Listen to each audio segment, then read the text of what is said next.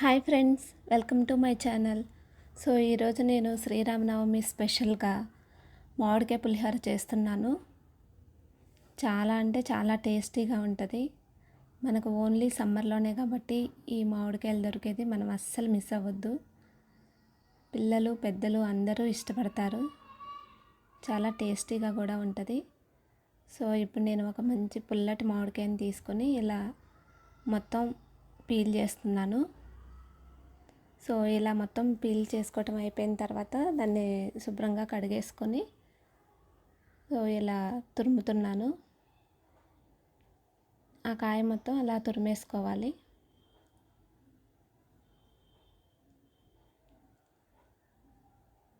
చాలా టేస్టీగా ఉంటుంది మామిడికాయ పులిహోర. అలాగే నేను ఇంకో సైడు రైస్ కూడా కంప్లీట్ అయిపోయింది. సో ఇంక ఇప్పుడు నేను ఒక పెద్ద గిన్నెలో తీసుకుంటున్నాను రైస్. కొంచెం చల్లారాలి కాబట్టి. చూడండి, పొగలే వస్తున్నాయి రైస్ వేస్తుంటే ఆ బౌల్లో. సో ఇంకా నేను ఒక సైడు తురమటం కూడా అయిపోయింది మామిడికాయని. అలా మొత్తం కంప్లీట్గా తురిమేసుకున్నాను. సో ఇంకా ఇప్పుడు రైస్ కూడా చల్లారిపోయింది.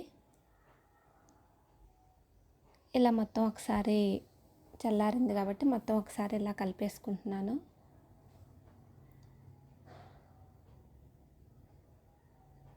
ఇలా మొత్తం కలుపుకున్న తర్వాత ఇప్పుడు నేను కొంచెం 1 స్పూన్ 1.5 స్పూన్ పసుపు తీసుకుంటున్నాను.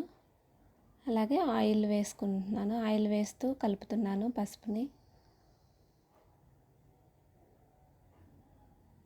ఇలాగ మొత్తం రైస్ మొత్తం కలిసేలాగా ఆ పసుపు ఆయిల్ మిక్స్ అయిన ఆ కంటెంట్ని మొత్తం కలిపేసుకోవాలి. దాంతోపాటే కొంచెం 1.5 స్పూన్ సాల్ట్ కూడా వేస్తున్నాను. మళ్ళీ ఒకసారి మొత్తం కలిపేసుకున్నాను.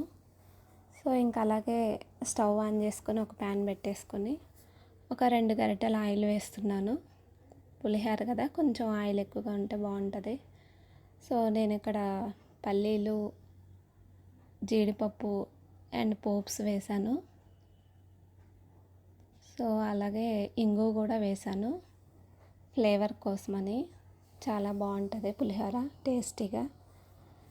అండ్ ఇంక ఇప్పుడు మామిడికాయ తురుము వేసాను. ఇలా మామిడికాయ తురుము ఇలా పోపులో వేస్తేనే కొంచెం ఆయిల్లో మగ్గుతుంది కదా. సో ఆ పచ్చివాసన అనేది ఉండదన్నమాట, మంచి ఫ్లేవర్ వస్తుంది. సో ఇలా మొత్తం కలిసేలాగా కలుపుకున్నాను. కలుపుకొని ఇంక ఇప్పుడు నేను పులిహోరలో వేసేస్తున్నాను. సో ఇక్కడ నేను ఒక 2 విషయాలు మర్చిపోయాను. అదేమిటి అంటే కరివేపాకు అండ్ ఎండుమిర్చి మర్చిపోయాను. సో సమ్టైమ్స్ అలా జరుగుతూ ఉంటాయి. We can't do anything.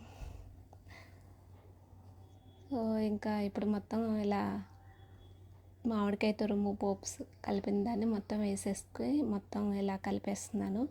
దాంతోపాటే కొంచెం సాల్ట్ కూడా వేసాను. వేసి కలిపేసుకుంటున్నాను. సో మనం దేవుడికి పెడతాం కాబట్టి ఫస్ట్ దేవుడికి తీసి పెడతాం కదా. సో అందుకోసమే టేస్ట్ చేయం కాబట్టి ఇంకొంచెం సాల్ట్ వేసుకొని కలుపుకుంటున్నాను. నాకు ఇలా కలపటం అయిపోయిన తర్వాత గుర్తొచ్చింది. సో ఏదో మిస్ అయింది అనుకుంటున్నాను.